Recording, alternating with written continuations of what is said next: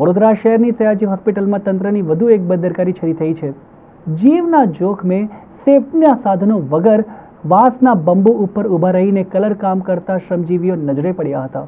વડોદરા શહેરની સરકારી સયાજી હોસ્પિટલમાં હાલના તબક્કે બિલ્ડિંગોને કલરનું કામ ચાલી રહ્યું છે।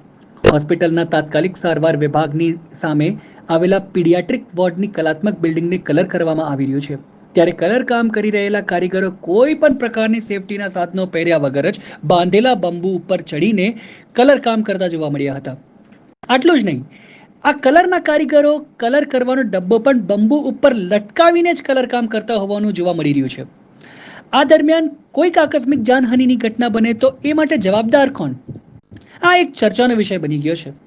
ત્યારે કોન્ટ્રાક્ટના કર્મચારીઓ દ્વારા અંદાજિત 35 થી 40 ફૂટ જેટલી ઊંચાઈ પર સેફટીના સાધનો વગર જ તેમજ બંબુ ઉપર પાલક બાંધ્યા વગર જ જીવના જોખમે બંબુ ઉપર ઊભા રહીને કલર કામ કરતા નજરે પડ્યા હતા। એટલું જ નહીં, આ કારીગરોએ કલરનો ડબ્બો મૂકવા માટે પણ પાટીઓ બાંધવા માટેની તસદી પણ ન લીધી હોવાનું તેઓએ કલરનો ડબ્બો બાંબુ પર લટકાવીને કામ કરી રહ્યા હતા।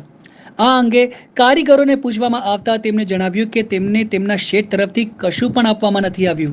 તેમને કલર કામ કરવાનું કહી દીધું છે એટલે તે કામ કરી રહ્યા છે। તેમના શેઠિયાનું નામ ઘનશ્યામભાઈ હોવાનું જાણવા મળ્યું છે।